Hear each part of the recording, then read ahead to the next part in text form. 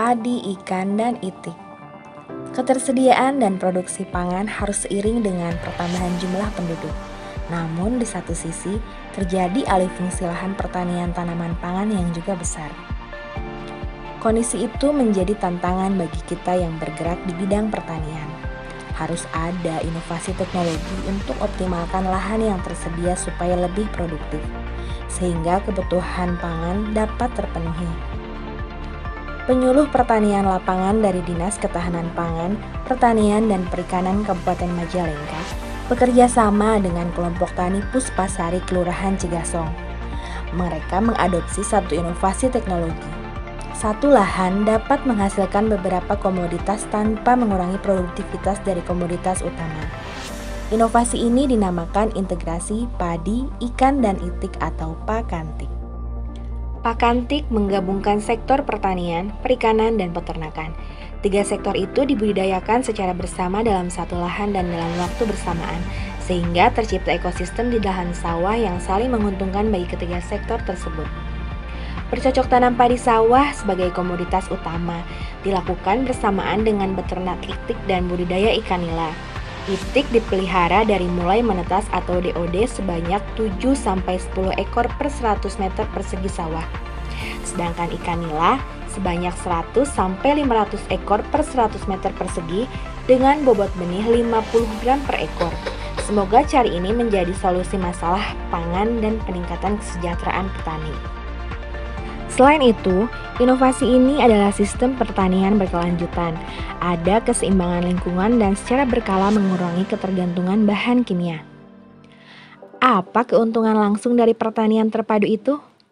Pertama, hasil produksi padi sistem Pakantik relatif tidak menurun dibandingkan dengan sistem usaha tani biasa. Kedua, ikan dan telur itik jadi tambahan pendapatan petani. Ketiga, kesejahteraan dan pendapatan petani meningkat. Apa keuntungan tidak langsungnya? Pertama, penyerapan tenaga kerja sehingga dapat mengurangi pengangguran. Kedua, protein hewani tersedia sepanjang musim bagi masyarakat pedesaan. Ketiga, terjadi daur ulang saling menguntungkan.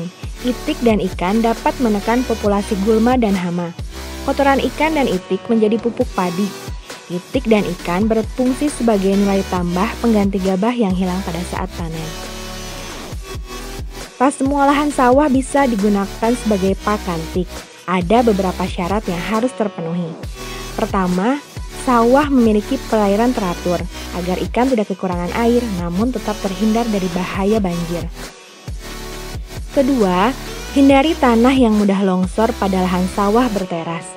Ketiga, kontur tanah sawah agak landai. Jika sawah kekeringan sewaktu-waktu, maka ikan-ikan tidak kekurangan air. Dan keempat, lokasi sawah dekat dengan pemukiman, pengawasan ikan dan padi yang cocok dengan sistem budidaya Pakantik adalah varietas padi berperakaran dalam, cepat bertunas, batang kuat, daun tegak, tahan hama dan penyakit. Selain itu, produksinya tinggi dan disukai masyarakat, seperti varietas IR64, Cisandane, Ciliwung, Inpari 30, Ciherang Sub 1. Dianjurkan penanaman varietas secara bergilir tiap musim tanam. Penanaman sebaiknya dilakukan dengan sistem tanam jajar legowo. Pemupukan disesuaikan dengan rekomendasi daerah setempat. Pupuk dasar mutlak diberikan untuk memacu pertumbuhan tanaman. Dosis pupuk keseluruhan bila dikehendaki bisa dikurangi sebanyak 25% dari dosis anjuran. Untuk aplikasi pestisida, tidak diperlukan lagi karena ikan dan itik berperan sebagai pengendali hayati yang efektif. Ikan yang paling cocok dibudidayakan adalah ikan nila. Ikan disebar 3-5 hari setelah padi ditanam. Ukuran benih ikan 5-8 cm dengan padat penebaran 2.000-3.000 ekor per hektar. Lama pemeliharaan dibatasi 45-60 hari setelah padi ditanam. Pada saat itu, daun padi sudah menutup tanah sehingga sinar matahari tidak efektif lagi merangsang pertumbuhan plankton sebagai pakan ikan alat. Itik yang dipilih dianjurkan jenis lokal unggul agar mudah beradaptasi. Jumlahnya 20-25 ekor per hektar.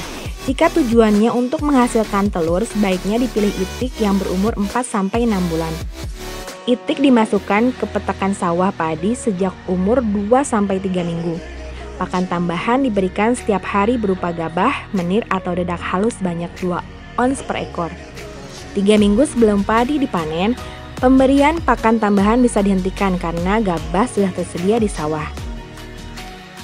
Hasil yang diperoleh dari percobaan inovasi teknologi Pakantik yaitu dari hasil ubinan panen padi dengan ukuran 2,5 meter dikali 2,5 meter diperoleh gabah sebanyak 6,5 kg GKP sehingga produktivitas padi sebesar 10,4 ton per hektar GKP setara dengan 8,5 ton per hektar GKG.